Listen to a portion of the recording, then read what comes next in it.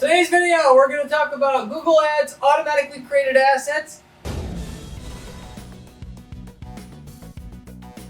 why you do not want to use these if you expect to make a decent amount of money on Google Ads, more than you're already making. Ensure you should already shut those up and don't consider at all using them. I'm going to explain exactly why you don't want to use them in case you wanted a reason why you shouldn't use these. And then, of course, what is the better alternative here, which is, in short, getting up off of your lazy bum and coming up with your own testing methodology to test your headlines and test your descriptions so you can climb your way up to the top of the person in your space that has the highest click-through rates, which means Google is going to favor you the most, which means they're going to send you the best quality traffic. Yes, that's a thing. You'll get more market share off of Google out of the available people that are searching. And you'll pay less per click, upwards of 4 times less per click than you're paying now, because Google has set up their system to do that in your market. They're looking for the people to promote that has the highest click-through rates, because that gives users of theirs the best experience. It makes people want to come back to Google and click on ads in the future. So with all that said, I'll get directly to the content. The reason why you don't want to use these automatically created assets where Google just automatically puts up a headline or description so for the algorithm to do what I mentioned a bit ago to get a higher click-through rate on your ad for their users is because whatever headlines and descriptions that Google suggests are usually very generic. It's an computer algorithm doing this that isn't that smart or sophisticated. And if you actually know how to, if you're an above average ad writer, just better than average, less than 20% of the time is Google going to suggest something that's actually going to get you more profit. Okay? Furthermore, Google is going to often find something, if they do find something that gets you a higher click-through rate, it's actually going to drop your conversion rate, which is even the worst thing, along with it. So you'll be paying for more clicks right away before you get a drop in the cost per click. You'll be paying for more clicks that get less conversion rate, so they'll be sucking up more of your budget, and you'll be making less than an ROI than you started with. Of course, the algorithm, with enough testing, can eventually find words to put on your ad. It'll get a higher click-through rate and as good or better conversion rate from click to lead or click to sale than you had before, but not until after a whole bunch of money wasting to get to that results. Google loves using their algorithm to get their users a better experience, over time, using your ad budget to do it, but you don't want to waste your ad budget. It's cheaper to just figure out how to write a better ad yourself, or hire somebody even. That you could hire the best Google ad writer and still save more money than what Google's algorithm is going to piss away trying to find you the better ad for you. And the reason why the conversion rate will go down, even though they do randomly find something that has a higher click-through rate that they can put in your headline or description, is because of something called dual-use keywords. For instance, to give you an example here, if you are a divorce lawyer, Google is going to go through the search terms data, the report that actually shows you what people are typing in before clicking on your ads. And if it finds that a lot of people are searching for divorce law, that phrase by itself, it'll say, well, we should put divorce law in the ad. Well, when somebody searches for divorce law, sometimes they're looking for a lawyer. More often than that, though, they're looking for information about what divorce law is, or stats about divorce law, or something. They're not looking to hire a lawyer, right? So their algorithm logically thinks that putting that in your ad, given if just simply by taking what users put in their search bar, if you put that in the ad, you'll always get higher click-through rates, which is why I advocate for single keyword ad groups, where you find the few hundred different versions of the different searches that people make, and making a unique ad for each one of those, because you'll automatically get 2 or 3 times higher click-through rates on your ad just by doing that.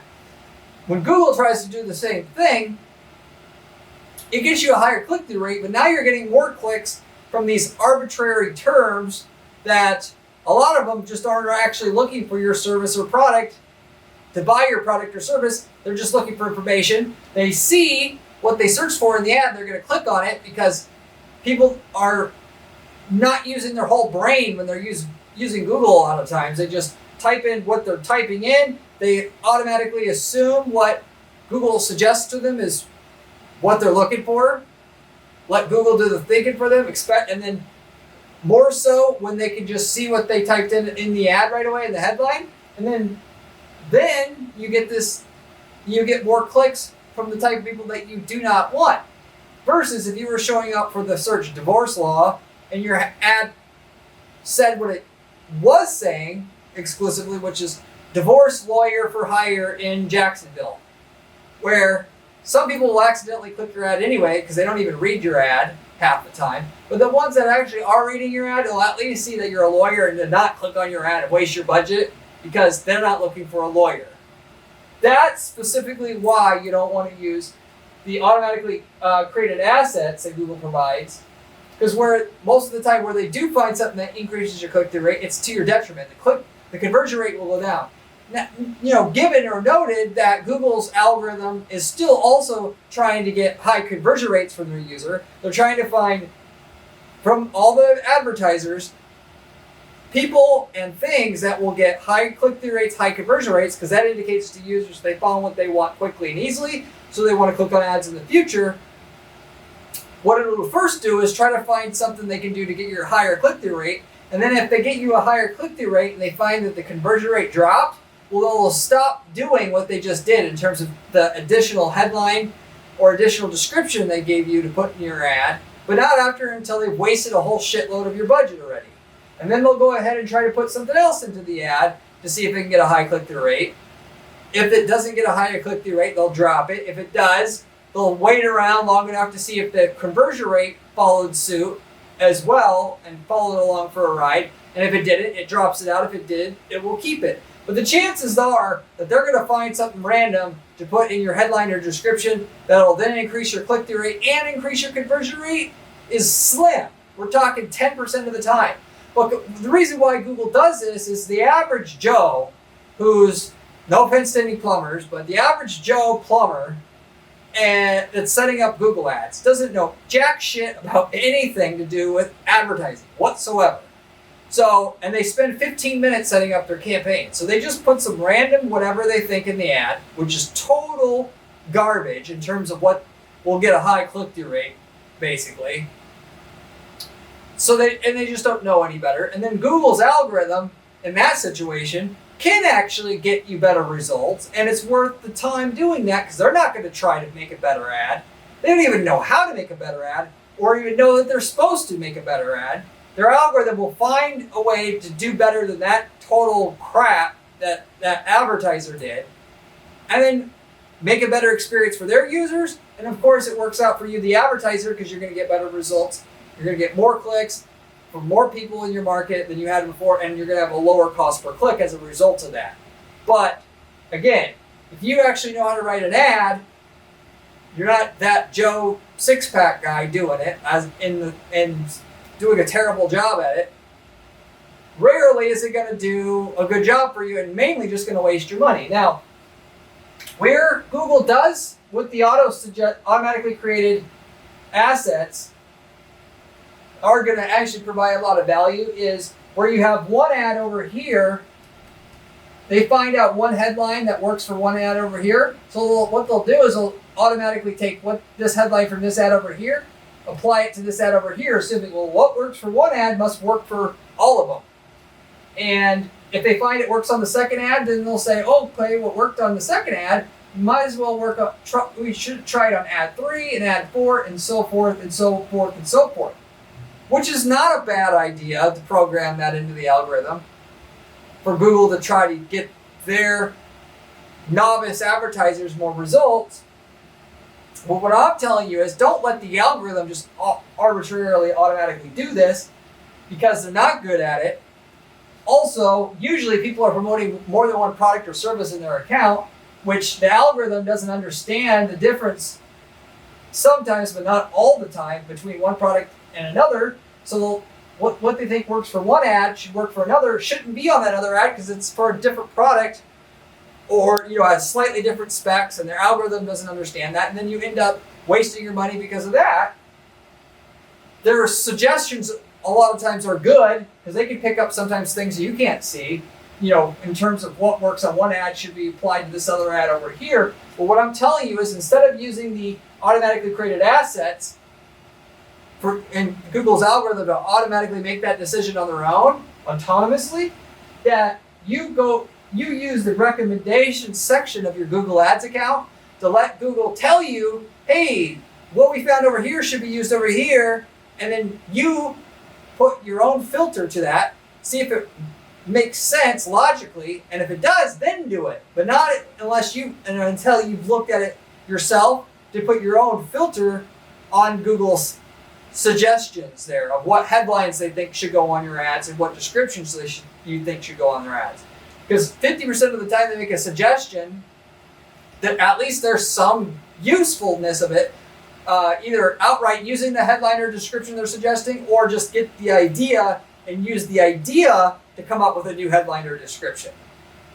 More so just for the idea. So Google's algorithm can suggest good headlines and descriptions and information that can lead you to have a better headline or description, that in terms of writing new headlines and descriptions that you can then test against your existing ads with the existing headlines and descriptions to get you better results. But you certainly don't just want them to automatically apply it for all the reasons I said.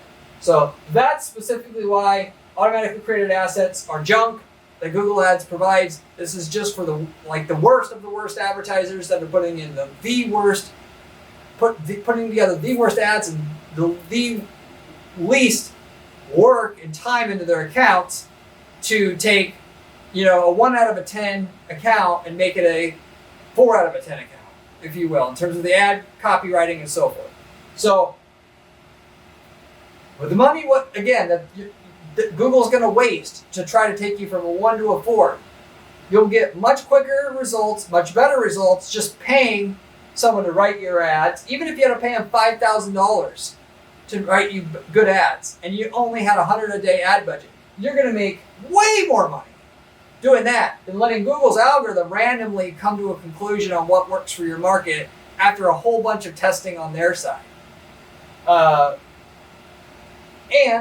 if you don't even want to hire somebody, you can just take my advice and use single keyword ad groups and find the few hundred ways that people make a search in your market that lead to a purchase, writing unique ads for each one of them, given that all you have to do in that case is make the first headline match or closely match what the keyword is, and pin the headline in the first position there so that whatever they're searching for is right away in your headline of your ad, given that your competitors that are there at the top of Google with you don't have that, and your ad now gets clicked at 2 or 3 times the rate it was before.